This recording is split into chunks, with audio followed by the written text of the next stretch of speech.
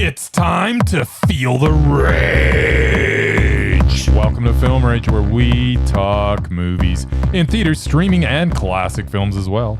Directors and actors beware, as you cannot hide from the rage. My name is Bryce, and I'm part of the Film Rage crew, which also includes Jim. Hey, Jim. Hey, Bryce. And looking sharp and orange, we got the Merman. Hey, I gotta Is that your new favorite color? You're going to change all your clothes to orange? I had to work for a living today, so. And you wore orange? Yeah, we're orange. What do you work for, like a road crew? Something like that. All right. Aren't you glad I didn't say banana? That's Aren't you right. glad I didn't say banana? So with the introductions out of the way, let's rage on. Whoa, thanks to all who've been supporting us. If you love our independent podcast or even like it just a little bit, please like, subscribe, share, and give us a 5-star rating on your listening platform, or support us and join the Film Rage community by joining our membership at buymeacoffee.com/FilmRageYYC. If you cannot commit to a membership, you can still buy us a movie rental and dare us to see a terrible film. If it played anywhere in a cinema in the world, now that that's made clear to me, we'll watch it. Now, let's get to raging.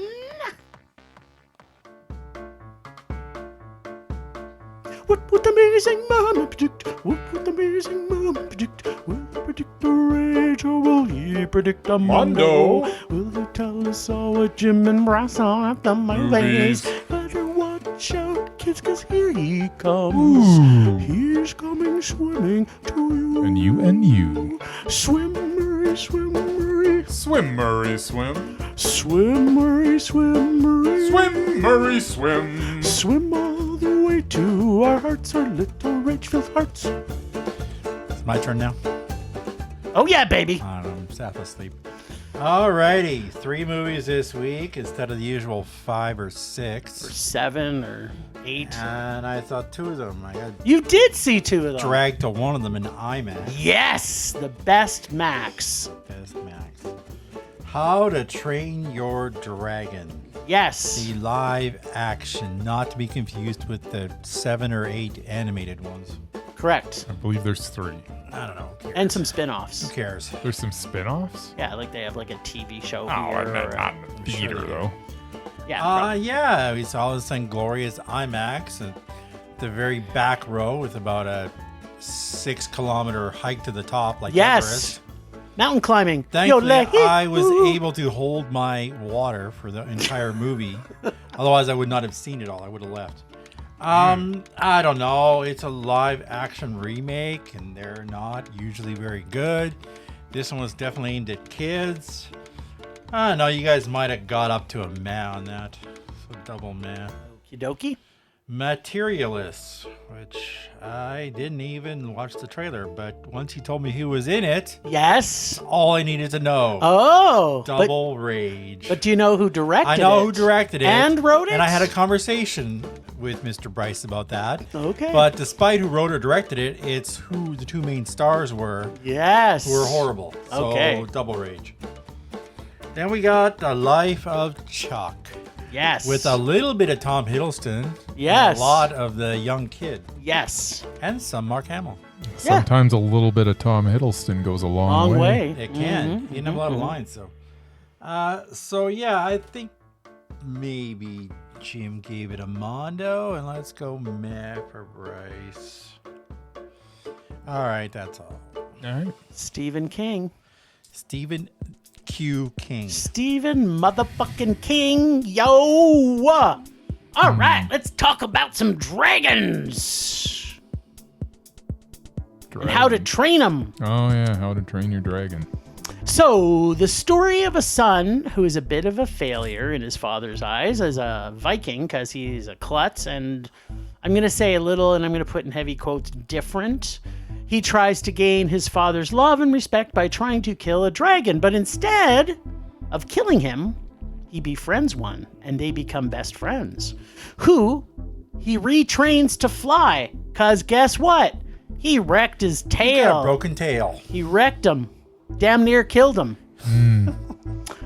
The story of the original and the remake are pretty much identical, Not pretty aside from a few differences. What are the differences? Here I are didn't see some of any. them. between the original and the CGI live action remake. Okay. In the new one, the kids are a little older and at least seem older than the cartoon animated versions, but also they are overtly say the same stuff. Kinda. They are overtly annoying, unlike the cartoons. And incompetent. Let's add that. Yes.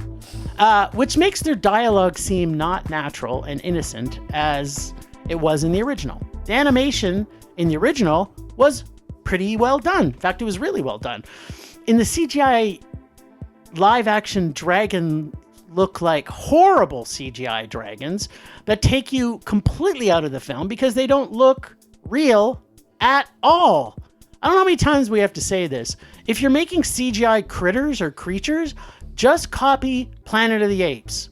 That's what you got to do. If you're trying to make dragons look like real, first off, there's no such thing as real dragons, but these look animated. So it throws everything off because you're watching a live action person playing with a cartoon, and it just doesn't look good. In the remake, they also add a little bit more story. It's not major, but they add a little bit more dialogue about the relationship of the dad and the son, which of course it wasn't needed. It's just extended a kids movie a little longer. Like kids really wouldn't have really gotten anything out of it, which, you know, just added to it. Added like 25 minutes or something to it, I think. You mean the comparison between the length? Yeah, so they do that though. They just add scenes in there which aren't needed. Yeah, they didn't add a lot of scenes, but they added some. But go ahead. In the original, the voice talents are all outstanding and natural, and in the new one, the acting for the most part was awful, especially by our lead Mason Thames, playing Hiccup. Like, he's just not good actor. Like, the whole first part of it was really annoying. Second part, I guess, maybe I got just used to him being annoying, so maybe it didn't bother me as much. I don't know, we'll see what you guys have to say. The dialogue at times was kind of tongue-in-cheek almost, which also didn't work at all. Well, I don't think it'll work for most adults. Maybe kids would like the tongue-in-cheek. I don't know. I'm kind of sad, though, because I really liked the original. I thought the original animated film was original and heartwarming, and, of course, for kids. It's obvious, obviously did well. Like, they did a ton of money, the previous iterations of this. Why not just stick with... this one did as well as why don't you just stick with the animated ones? Even they made spin-offs and sequels. But in the CGI live-action remake, all of everything which was cute and endearing in the original didn't matter. And it made it unbelievable, and it just I couldn't accept seeing it as this, like, everything seemed not real. If you're making an animated film, I feel you've got your headspace into an animated film. Magical things can happen. Anything can go anywhere you want because it's magic and it's cartoon. When you try to make it look real and then you do all these things that are against science and nature, you're already out of the situation because the CGI dragons are horrible. You mean like riding a dragon 5 minutes after it tried to kill you? Yeah, like just stuff like that. But in a cartoon, it works. It really does. Yeah, so for that reason, I'm unfortunately going to have to give this once cherished animated CGI live action remake a never needed to be made rage. And I've got some unpacking, but yeah.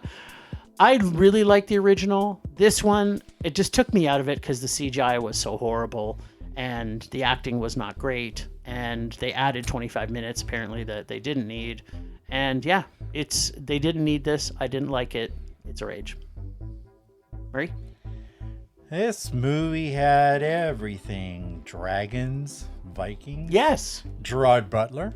Oh, yes. That Kiwi kid from Hunt for the Wildebeest and Deadpool 2. Wilder People, whatever. Who, by the way, has not gotten any smaller over the years. No. There's Nick Frost with a peg leg. Was he a pirate? Despite all the dragony action, this was first and foremost a kids' movie. It should have come with the title card no Vikings were killed in this film. And only one dragon was killed. Was there a dragon kill? Yeah, the big one. But it was a giant stegosaurus, so that's okay. I guess. Or triceratops, whatever. Don't get me wrong, there were some nice bits to this film. The flying CGI dragons were cool, till they were tamed anyway. I liked the Viking parts, as brief and historically inaccurate as they were. Don't even get me started on how badly portrayed my sweet Viking culture was. It literally made me rage. As much as I love some Gerard Butler, you know I do, in all the movies and TV shows and books and documentaries, I have never seen a Scottish Viking. I'm sure there was some, but nothing I ever saw. Because Vikings are all from Scandinavia. Okay, but I have a question for you, because I understand that point. But you know how bad his accents are? Yeah, well, the thing is, he may have been a Scottish Viking, but he was the only one with that accent. His own son didn't have that accent. Yeah. They're supposed to be related. He's the only guy in the whole freaking island who actually speaks like that. Nobody else does. So, yeah, I wasn't buying that. In the end, this was still a live-action remake from a cartoon. And it was a film with a story and characters designed for kids. So yeah, it's still a rage. I didn't like it at all. And we got to see it in But you IMAX, knew, though. But you knew, yeah, whatever. But it's not as big a rage because you got to see it in IMAX, right? Yeah, still a rage. Yeah, but it would have been a bigger rage if you didn't get to see it in IMAX. Because it was all CGI crap. If it was actual real... Dragons. Real dragons? It was shot in IMAX, really shot in IMAX, with real great cinematography, then yeah, but it was all CGI, so who gives a crap? All right. Anyway. CGI IMAX. Yes, CGI IMAX shouldn't exist. Yeah, so How to Train Your Dragon live action version. It's exactly the same as the original, but longer and without the ability to suspend disbelief, which you can do when you're watching a cartoon. Yes, that's what I said. Yeah, but you didn't say as eloquently as I did. You just said it more concisely, not Okay. eloquently. No, both With actually. a deeper accent, a deeper voice. So that makes it gravity, I guess. But to Jim's point, the acting is terrible in this. The acting's so much better in the animation than this.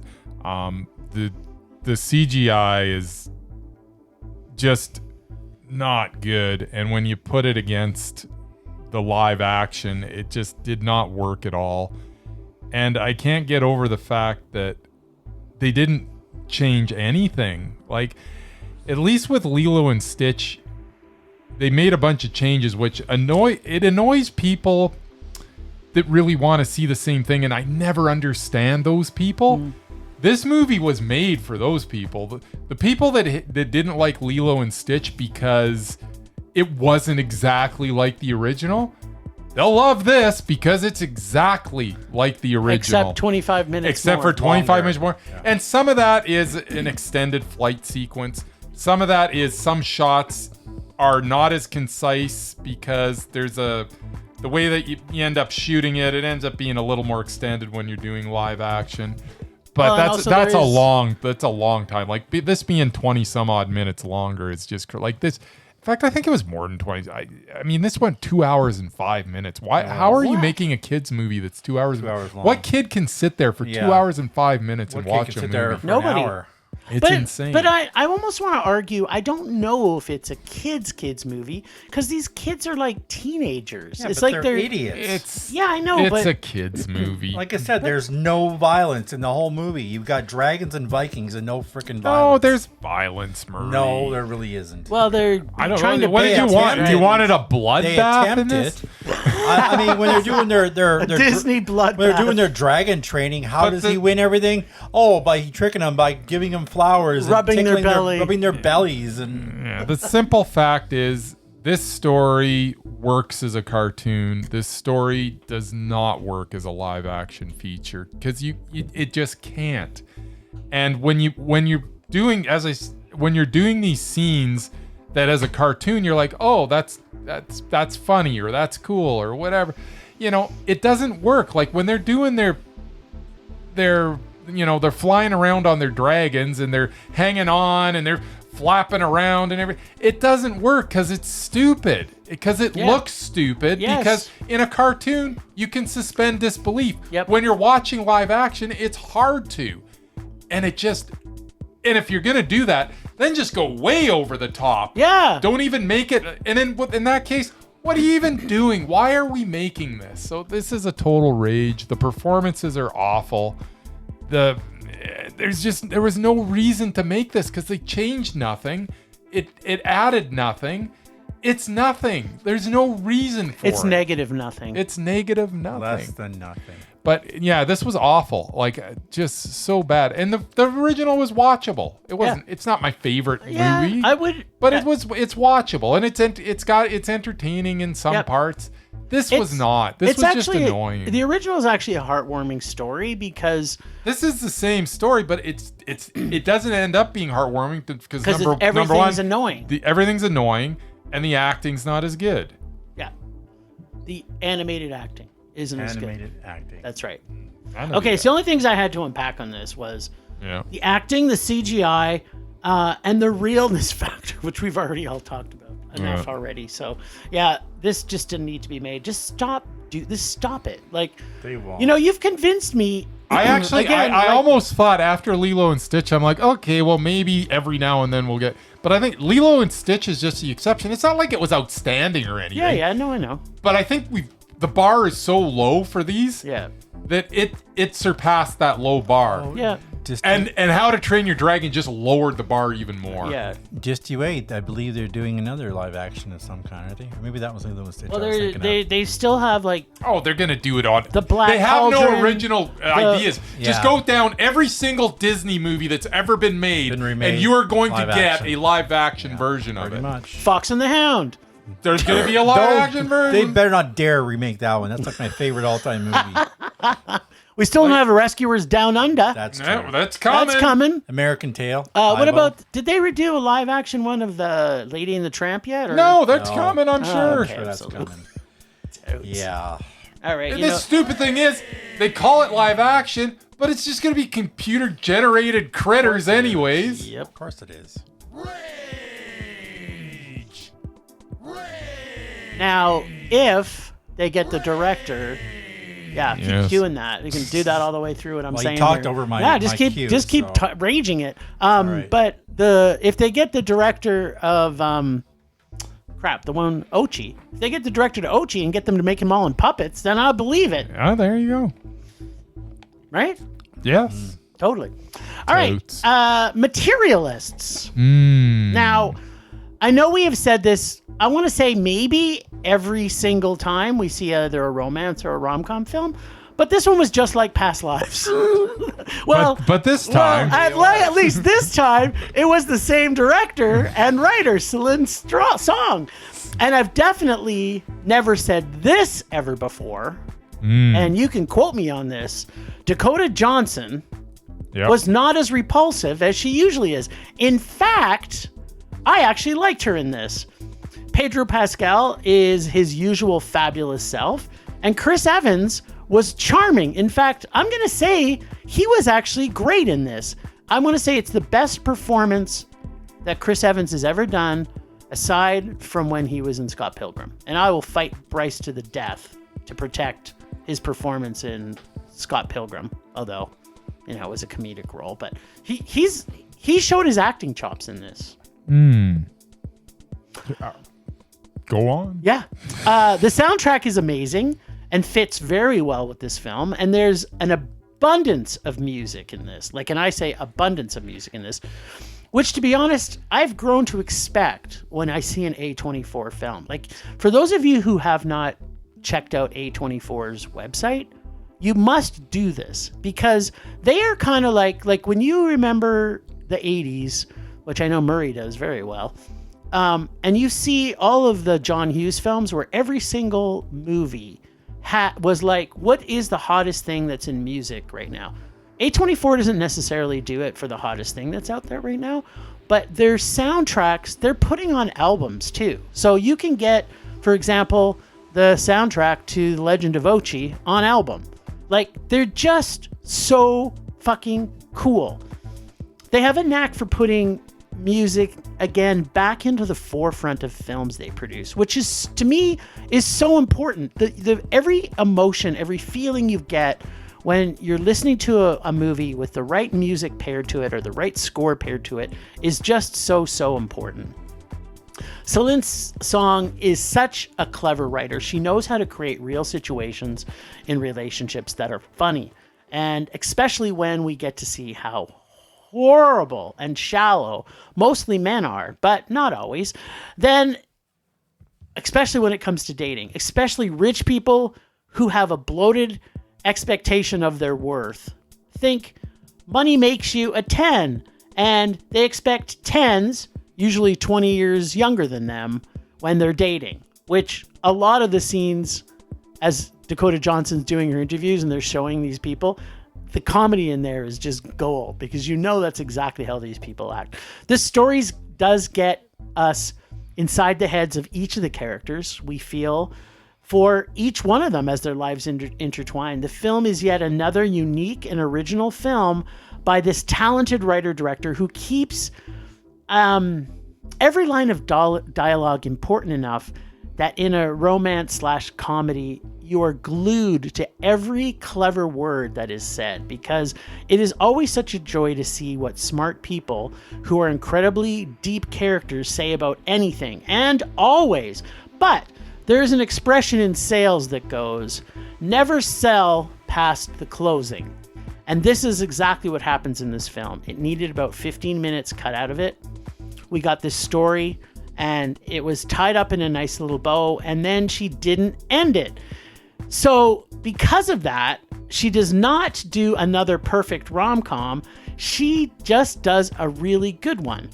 I will never doubt anything that she puts out, even though the trailers for this looked horrible.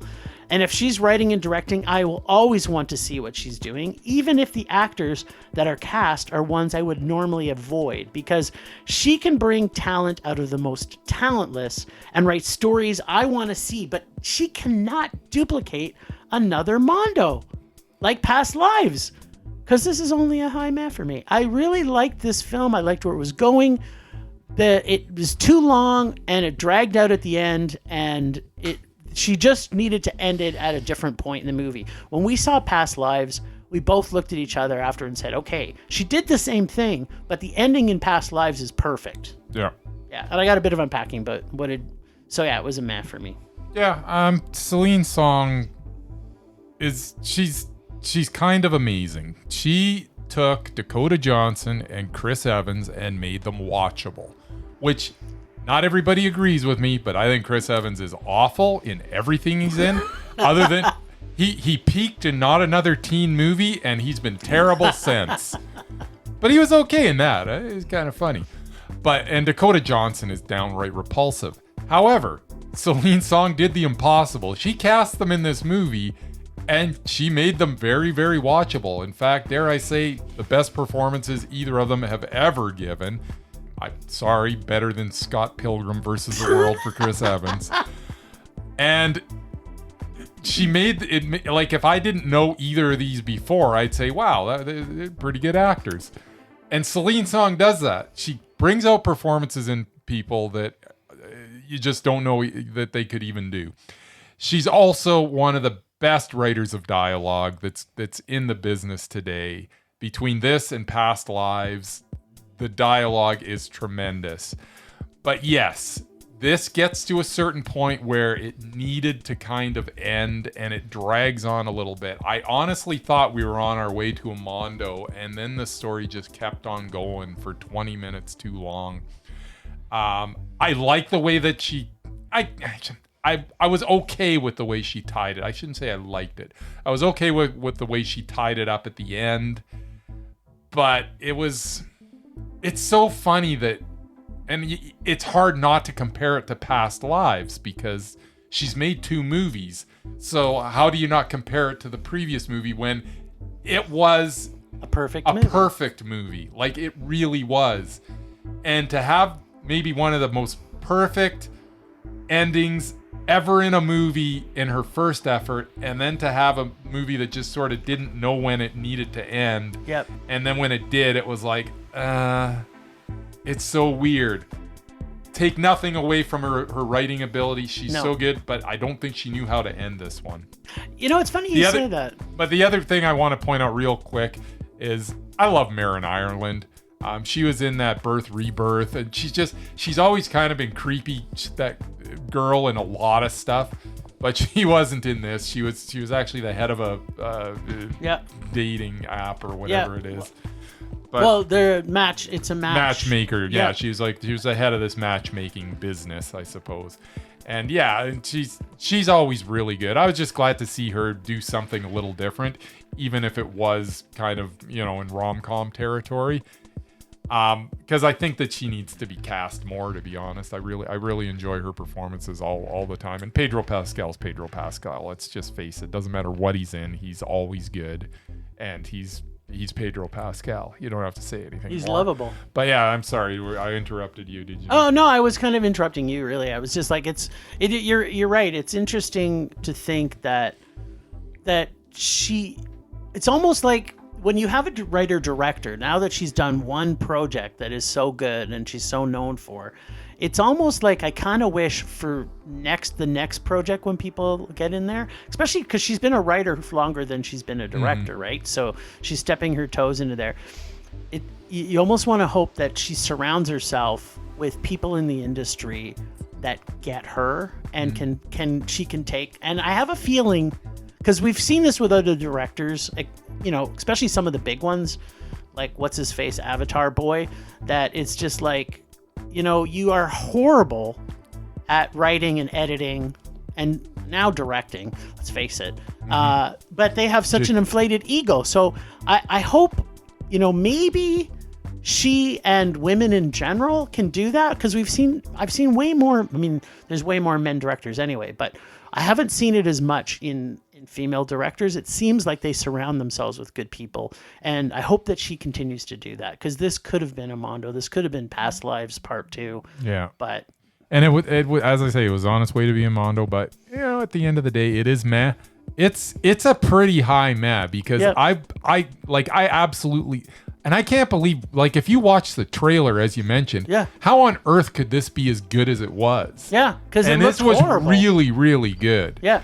It's just not quite Mondo, because it just kind of loses steam at the end. Yeah. But man, can she write characters? Oh yeah, and dialogue. And if you care about everybody in this film, every single person, and it's just a really, really good movie. I'm gonna disagree with you, the fact that I don't dislike Chris Evans. I just find him I just find him a bit of a root vegetable. He's a one-note actor. He's pretty one-note. He was better in this. This stretched him as an actor. I hope to see. I actually, you know what? It just goes to show you, though, the power of a good director that can take someone and just get that performance out of them. I know it. She's obviously doing it, because she took a couple of rutabagas here and actually got something out of both of them. Oh, I actually am looking forward, and I never thought I would ever say this, to Dakota Johnson's next film because of this film. I still can't say that unless it's in a Celine Song movie. I don't want to see it. We're gonna see. All right, Murray. Madam Web 2. Oh God. I don't think that's happening. All right. From there, we go to the life of Chuck. Yeah. I'm going to start with one simple thing. All right. I am multitudes. We are all multitudes. We're all multitudes. And I'm not going to lie. I'm going to get this right out of here, right from the very beginning. I cried a lot in this film. Mostly from the moments of joy, but also about the heart that this film contains. So much heart. It's a film in 3 acts, and we learn at the beginning, as it starts, with the 3rd act, that our lead is not going to live forever. So, spoilers, folks. He's not going to live forever. So just accept that. Sorry if it spoiled it. But you know pretty soon, right in the movie, that that's the case. We then go back to Act 2, meeting our lead, Tom Hiddleston in this section. And of course, his dance number, which makes me cry because of the joy I felt. The joy of someone who knows their future and decides at a particular moment that he wants to be his true self for a short moment in time.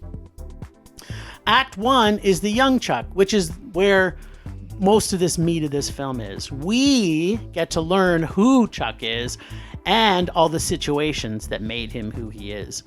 Stephen King, even when he's writing horrors or not writing horrors, still has a way to bring supernatural or extraordinary tales to life in his development of these characters and the worlds he creates. This is an introspective film, I feel, and depending on where you are with your own journey in life, you will get something different out of this. We've talked about this in other films, that for films that are this deep and vast, and like I could literally talk about this movie for hours.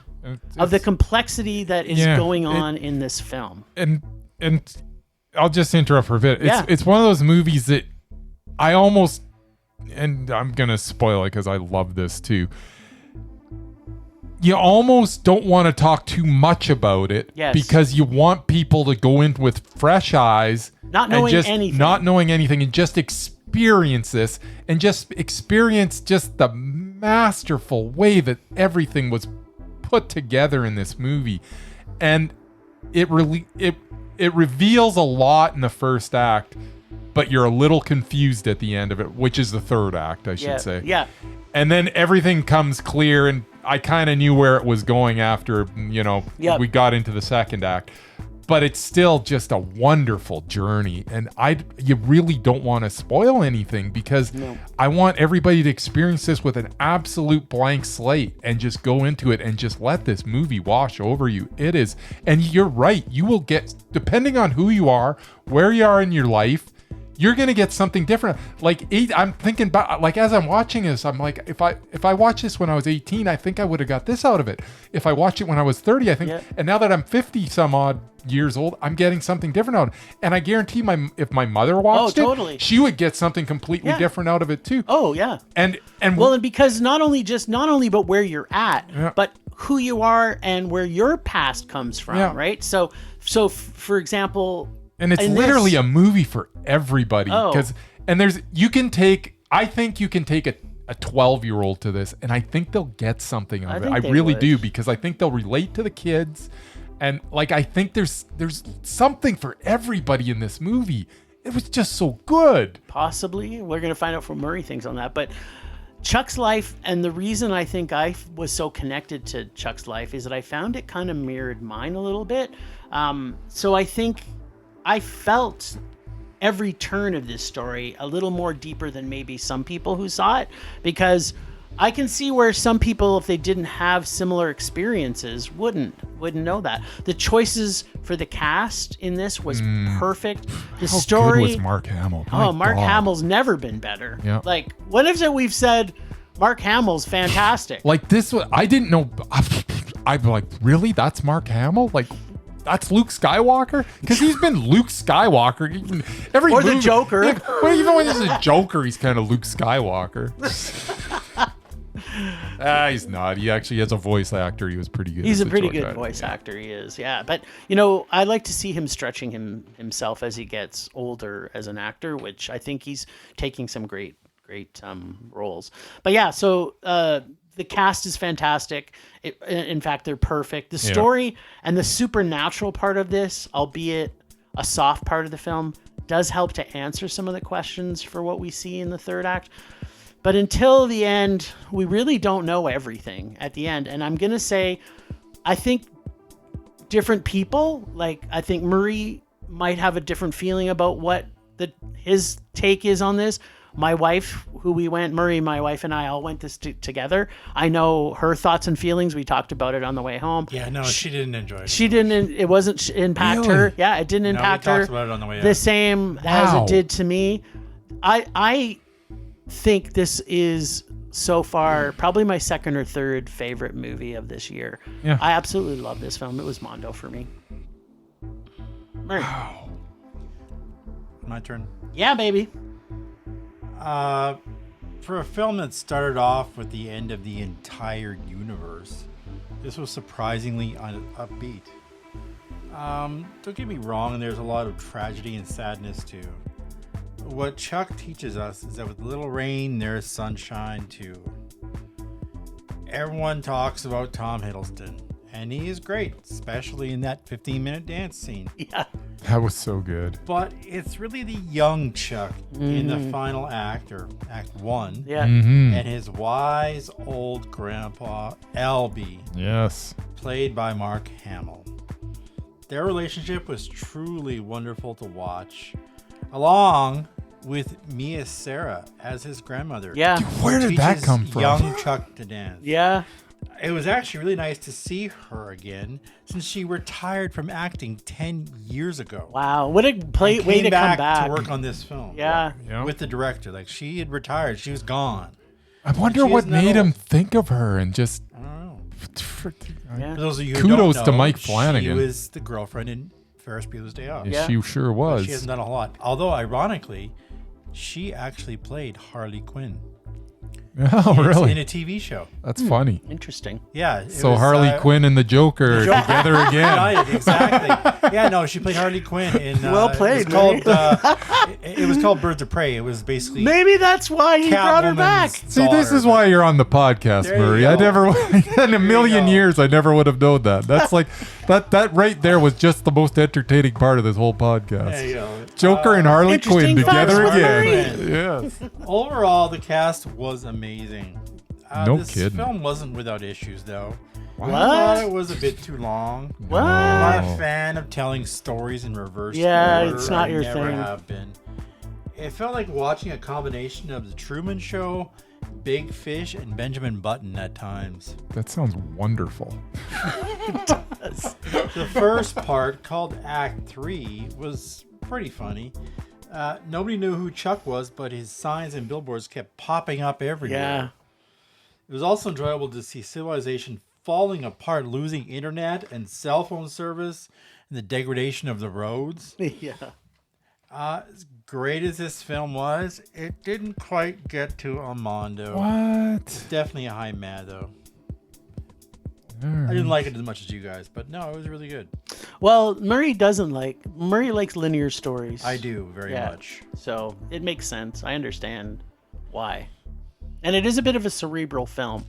I Yeah, found it very It cerebral. had a lot of dark moments. Yep. All right, Brycey Pants. This was just a joy from start to finish. Every actor in it too. I mean, just the little scene with Matthew Lillard. Who knew he had I that in know! him? He was so Yeah, where the hell unbelievably did he good. pop up from? And then David Dasmalchian. Oh, I mean, yeah, I, what a I laughed surprise. my 30-second ass scene. off. I know. Their whole diatribe with Pornhub was Pornhub is down. was How can they? It's just it was cruel. just so funny. It was at a parent-teacher conference talking about Pornhub. Yeah, I mean, like there were just no for me.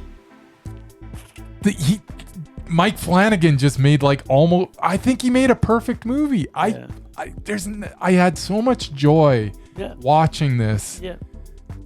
And you're right, though. You can't really talk a lot about it because, like, And that's I want the to whole say, thing. I want to say so much. I want to talk about all these individual scenes. And, Yeah, and but also I just- don't want to wreck anything for people. I Yeah. really don't. Yeah, I think you this- need to go in this with fresh eyes. Yeah. So I'm gonna say it's an amazing film.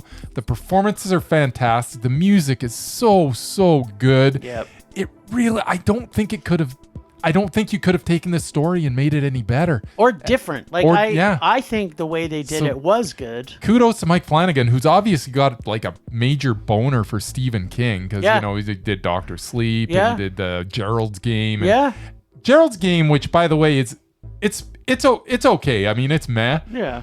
but it's the type of story that people thought couldn't be put to film Yes. and be effective, and it was. Yep. And I think this one probably, if you would have read it, I don't think you might have thought that this could be really made effectively, and it's more than effective. Well, This but, is- like- he just made such a good movie. This So is a look total at Mondo. look at the Stephen King films that are not horror films.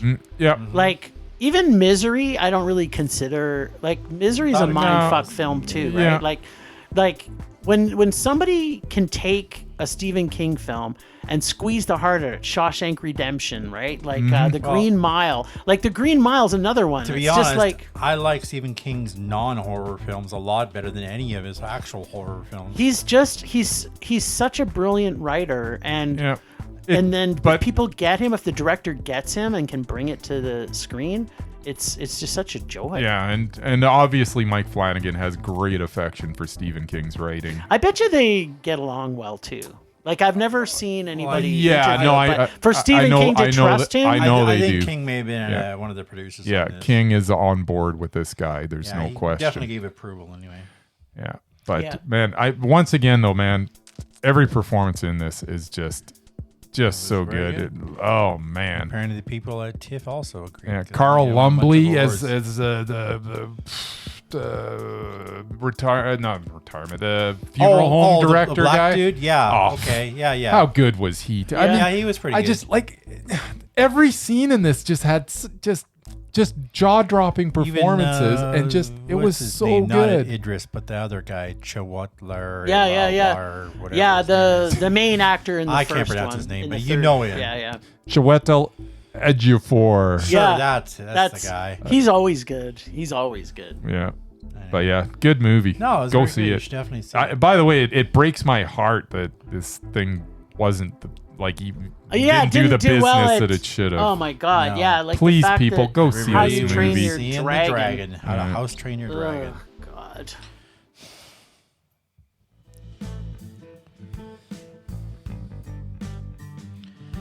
As you may know, we had a Friday the 13th this month. What? We did.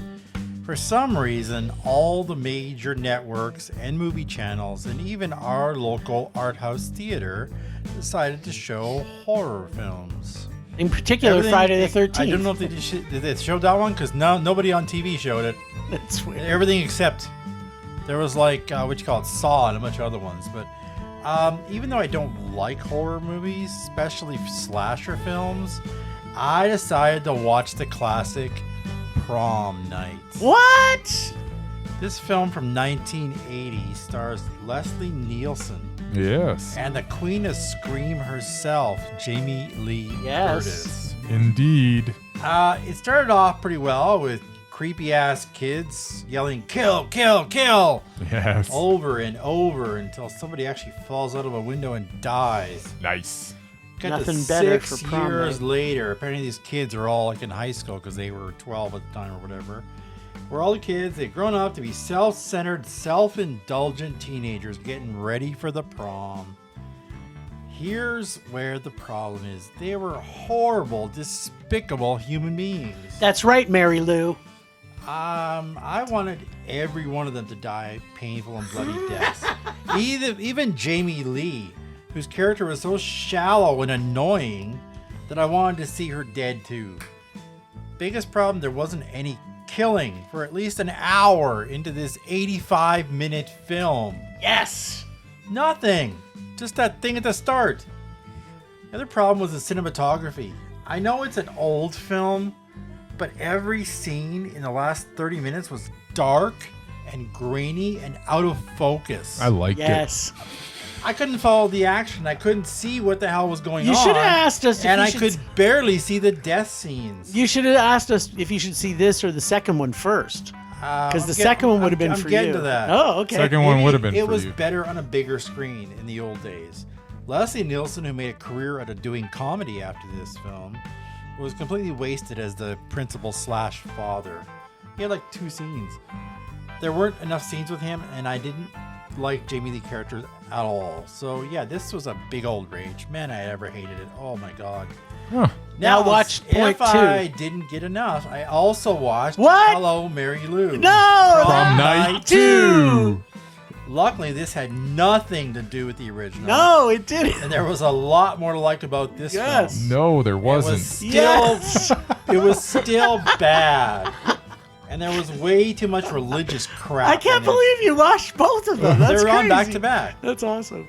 However, the spirit of Mary Lou, the prom queen possessing the main character and killing everyone, was deeply satisfying and bloody. Oh my god. Then there's Michael Ironside.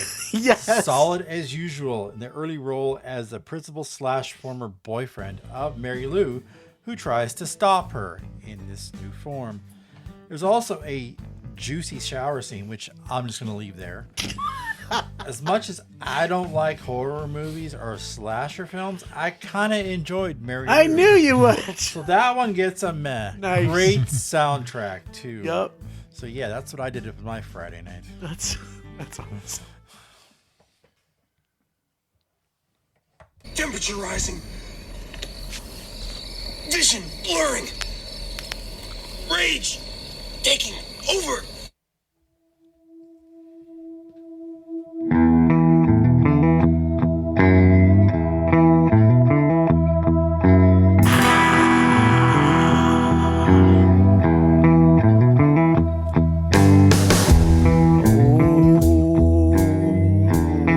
My sweet, sweet rage. All right, well, if everybody remembers my rage from last week, Nobody does. okay, well, I'm going to remind you. My rage this week is that we saw 3 movies in cinema. We saw, in fact, it was a very well-balanced episode because we had rage, we had meh, and we had Mondo, at least for you and I. Yep. But what we did not have was another Vietnamese film. So for that reason, this week I'm raging. Now, that being said, because I want to see a Vietnamese film every week I now. don't think they make that many. Yeah, well, I'm sure they do. I mean, there's a new, we get 2 or 3 English speaking. I mean, how many Vietnamese people are in the world? There's probably a lot. They could probably make a movie a week. And I should right. be seeing them. Okay. That's my rage.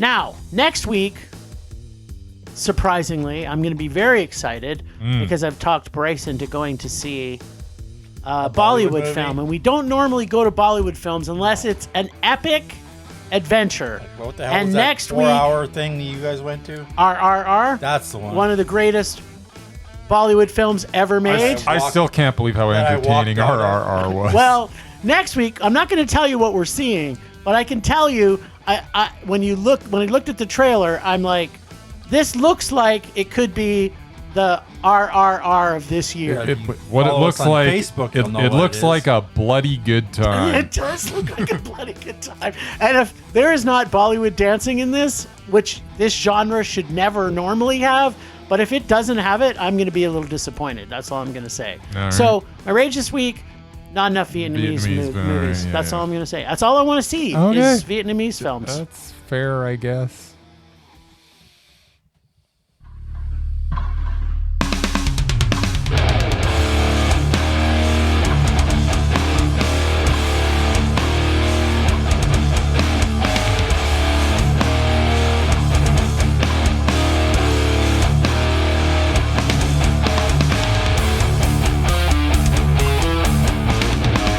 So,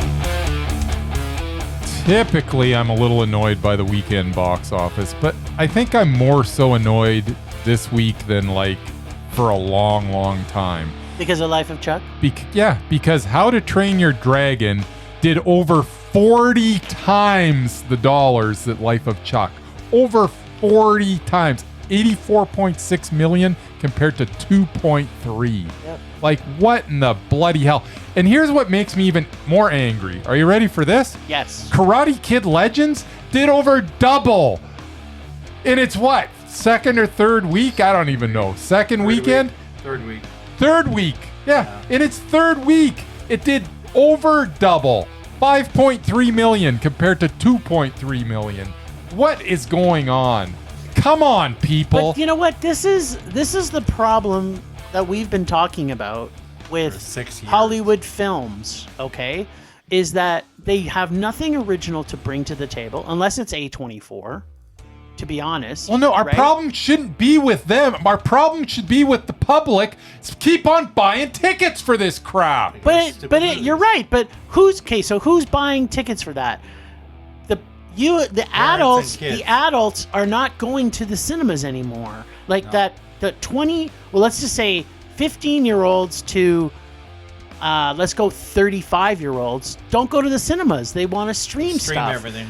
And parents that have their kids that are in their 35s and a older babysitter. are bringing kids to these movies. That's the only people that's filling the seats. If we didn't have all this crap, even though we hate it, if we didn't have all the crap that comes to the cinemas would be closed right now because they can't make. Like, I'm agreeing with you. I'm pissed that Life of Chuck didn't have 10 billion views this week, but you know what? Just keep allowing us to see it. Yeah, but that's the problem, Jim, is if these movies keep on doing this bad a box office, they're not going to exist anymore either.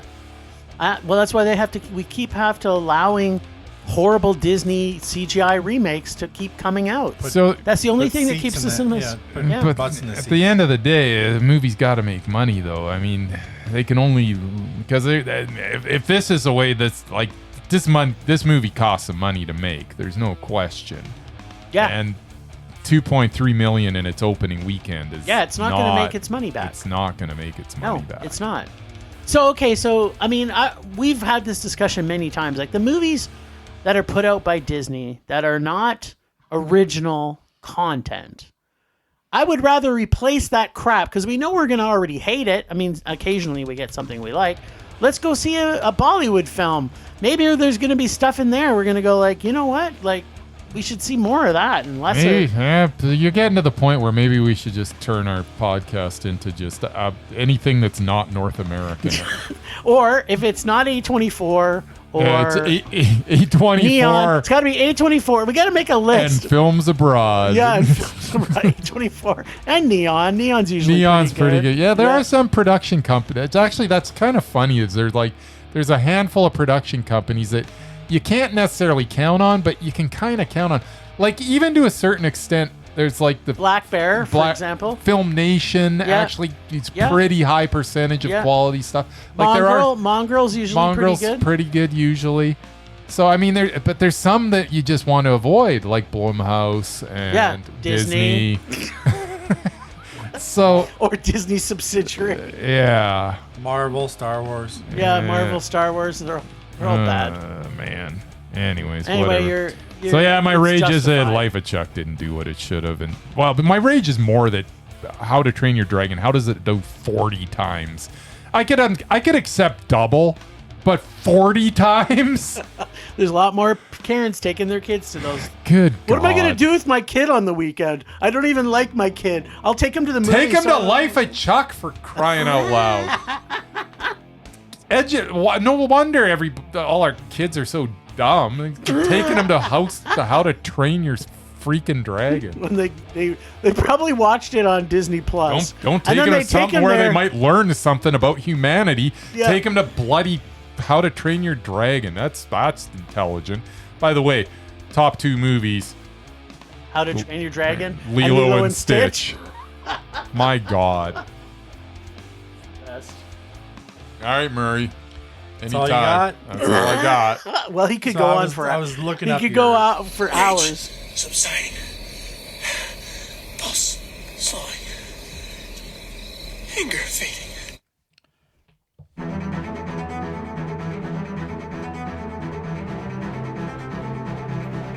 Last week on Rage or Dare, the boys decided to come to Uncle Casey to get their rage, and I must say that I did deliver. They chose the 2007 remake of the 1986 classic Rutger Hauer film, The Hitcher. And FYI, he's not in this one, boys. This week, it's Bryce's turn to Rage or Dare. Let's What? hope that Jim gets it right this week. Right, Bryce? I don't think so. Come on, Jim. Now, let's check in with the boys and see if Sean Bean dies in this remake just like he does in pretty much every other film he's in, or if instead he does all the killing. Side note, I recently sat behind Sophia Bush, who is in this remake, on a flight back to New York. I refrained from telling her what I thought of this movie because I don't need any restraining orders.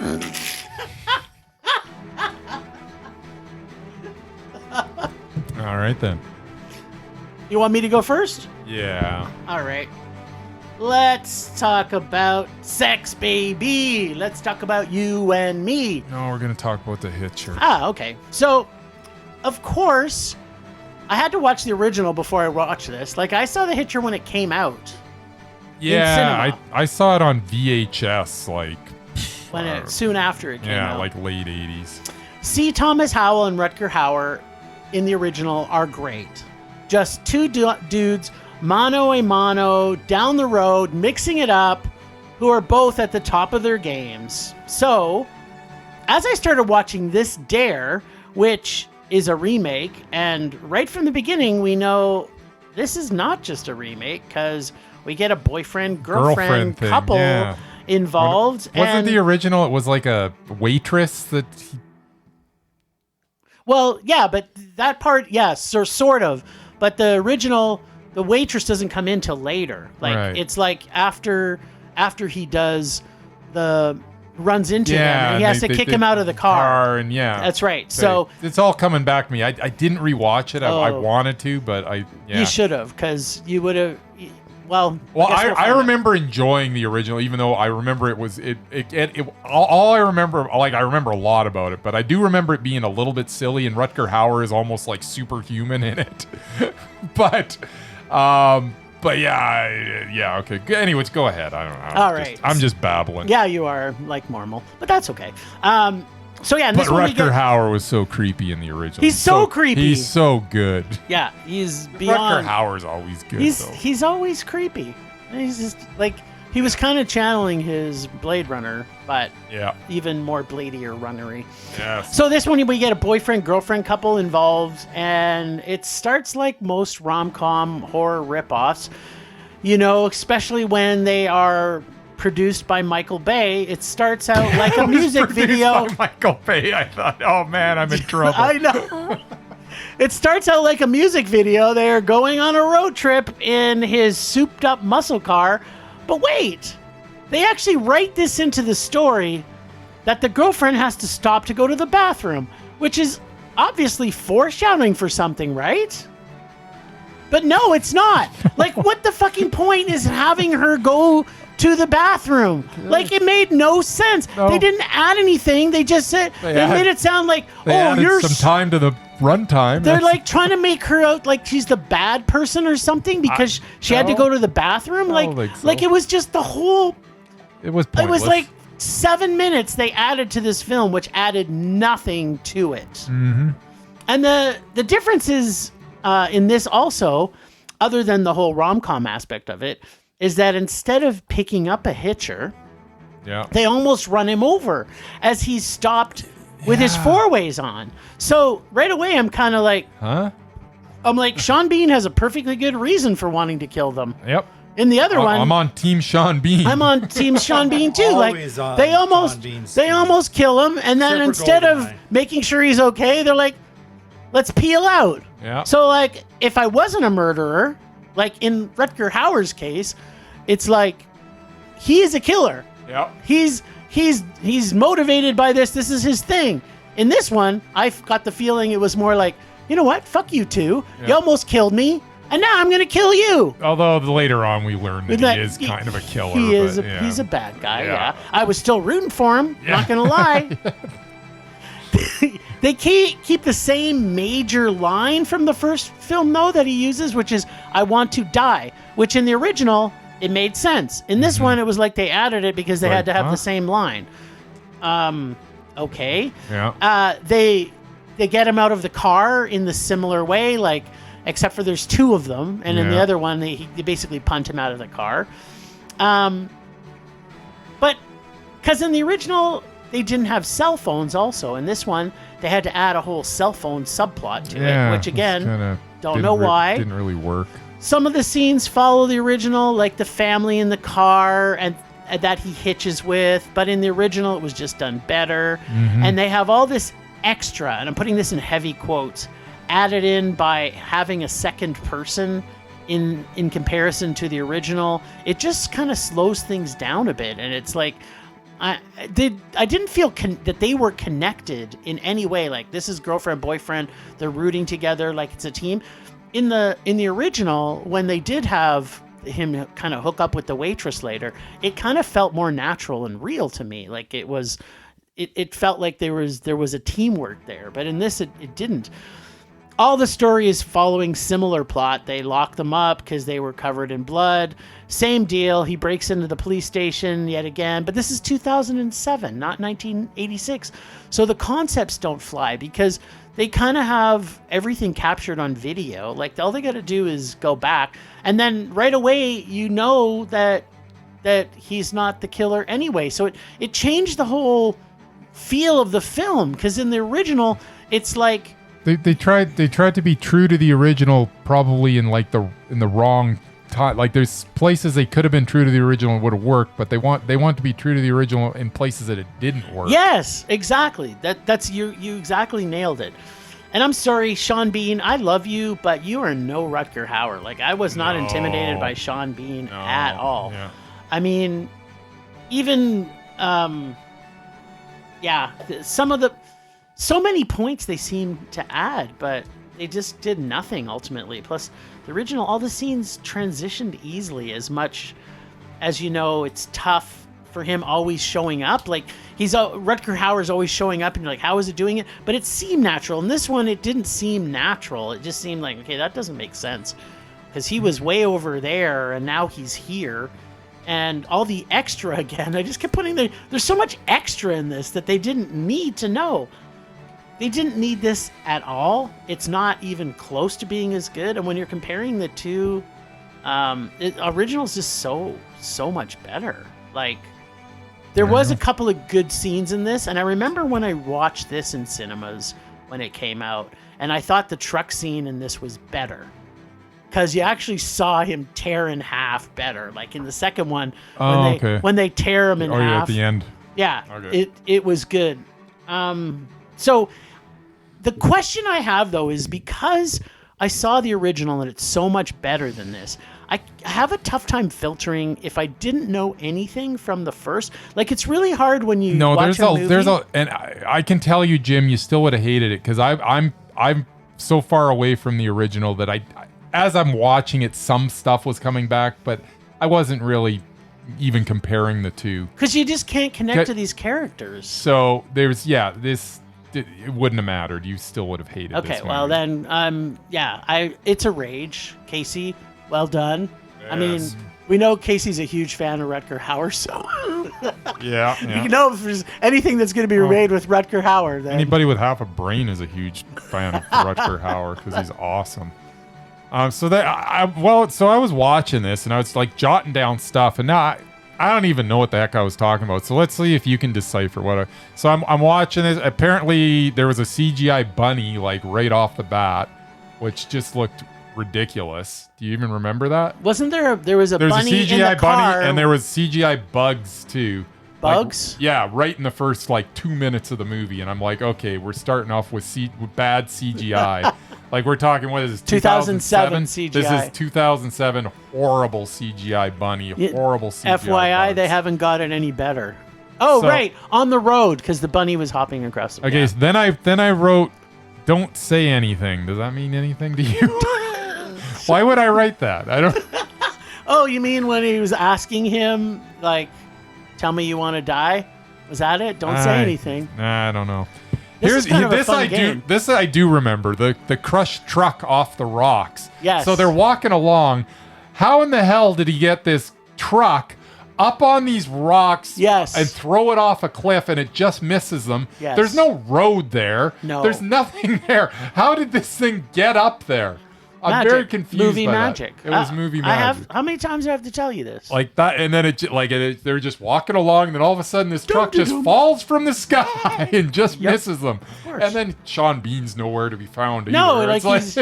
He's like, throw. He threw it off the cliff with his big muscles. So then I wrote, he was dropped by a CGI dragon. Yes, probably was. So then I wrote, lock. Then she's in a shed. Does that mean anything to you?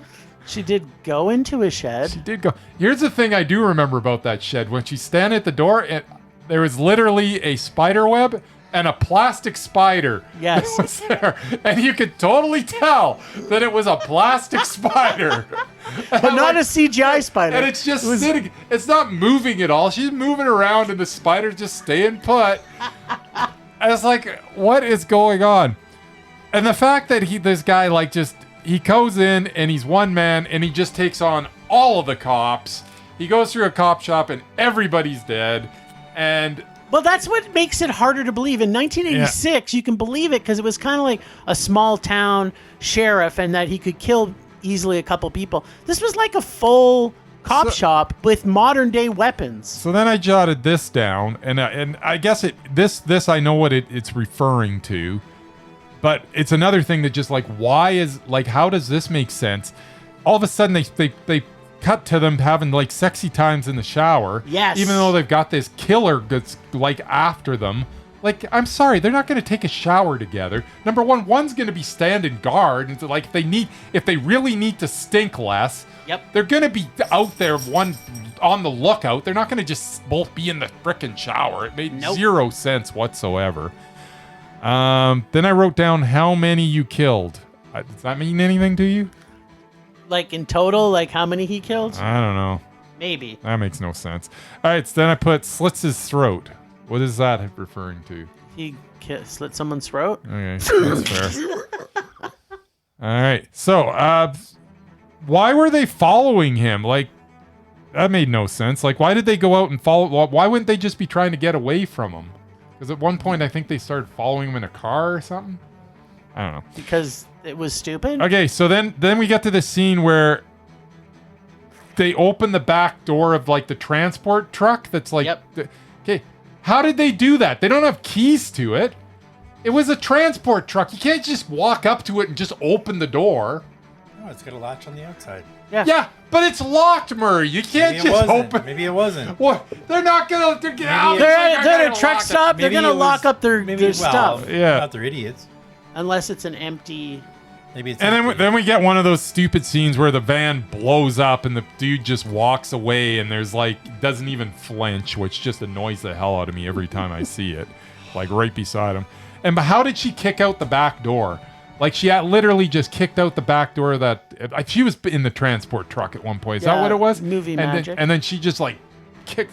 Like everything was just stupid in this. Like everything I wrote it down because I was annoyed by it. Some of it makes no sense now that I'm looking at it again. I wish I would have written maybe more detail. But I'm watching the movie. I'm trying to I'm trying to search for something in it, but there was nothing to find in it. It was awful. And I'm sorry, it's a tough act to follow when you've got Rutger Hauer in the original. Rutger Hauer, like I can watch like the worst Rutger Hauer movies and they're still awesome. And there is some pretty bad. Yeah, like Blind Fury is not a good movie, but Rutger Hauer's so awesome in it. It's like, how can you not like it? He's a blind guy and he kicks ass. he's just. Isn't he in Hobo with a Shotgun too? Yes. He's totally in Hobo and he's awesome in it. Hobo with a Shotgun, by the way. Buffy the Vampire. Yeah. Oh, he's amazing in that. But that's an amazing film, that one, man. Oh, it's got Pee Wee Herman in it. It is so good. It's the best. But yeah, this was awful. It was a total rage. Casey, you're killing me with your bag. So you're the only bag that I dread right now because I know that it's going to be awful. So, okay, the director Dave Meyers, he has directed, I can't even count the number. He's directed like 850 music videos. Yeah. Oh, nice. And then he has a movie called Foolish from 1999, and he has a couple of things on TV, and then somebody gave him a chance to direct this movie. Yeah, and then I'm pretty sure he went right back to music videos. Yeah. That's where this was awful. And a lot of it is his direction too. Like there's just stuff that they cut away stuff and just like there's no flow to it. Murray's going to be excited about this. He directed the music video with Snoop Dogg, Dr. Dre, Tom Petty, and Jelly Roll, because I guess they remade Last Dance with Mary Jane. Oh, for crying out loud. Yeah, that needed to be done. I haven't even heard it, and I hope I never do. Well, if you love the Hitcher as much as we did. You got to add a little Jelly Roll to everything. Yep, absolutely. Okay, well, let's see what you get In my bag, little mister. Oh, yeah, I got to pick out of your bag. Here it is. And you've gone through it now, and I've there's gone no through more. it. There's a couple in there that had like $12,000, but they did have a release. Alright. Whatever. I think your bag's kind of bogus, but... You're bogus. Did we not do Look Who's Talking 2 yet? Nope. You're sure? I looked it up. For crying. I think we might have said Look Who's Talking Now, but we Maybe. didn't do There's Look like Who's 4 of Talking them. 2. Because isn't this the one with, like, Roseanne? Yes, as the other baby. Is the other baby. Yeah. Right. And is it Bruce Willis in Roseanne? Yeah. Bruce Willis, and then Wow. Travolta and Kirstie Alley were the parents. Oh, or something. fantastic. Yeah. All right. Thanks a lot, Jim, you jerk. Awesome. Is this not a kid's movie? No. Nope. All right. Didn't we take that out? What? No. I think we did. No, we didn't. Yeah, we did. No, we didn't. We took it out for going to them, not for Rage or Dare. Oh, gotcha. Yeah. Because well, then you're gonna get a bunch of frickin' Hannah Montana garbage, and I don't know. She hasn't had it, but I don't know. A bunch of kiddie movies that I just bad. Spy with. Kids. Spy Kids. 1, 2, and- 3, 4, and 5. Yeah. Nice. We decided we weren't going down that. Oh, avenue. okay. Well, you're going to see this because, it's adult acting. Yeah. Thanks, Ragers, for listening. Thanks to Extended Film Rage family you can find in our show notes. Thanks to Casey from The Nerdy Photographer and our voice of Rage or Dare and our God of Rage. Find us on social media everywhere at Film Rage YYC. Check out everything Film Rage at filmrageyyc.com, including our merch site for Redbubble and TeePublic, where I was going to make this a raging blast for all listeners. So please comment, like, subscribe, and send us emails to filmragecalgary@gmail.com. Dare us to see terrible movies to fuel our rage. But no matter what you do, please, please, please, pretty please, please, please, don't make us a rage. That's it for this week. Rage on. Rage on.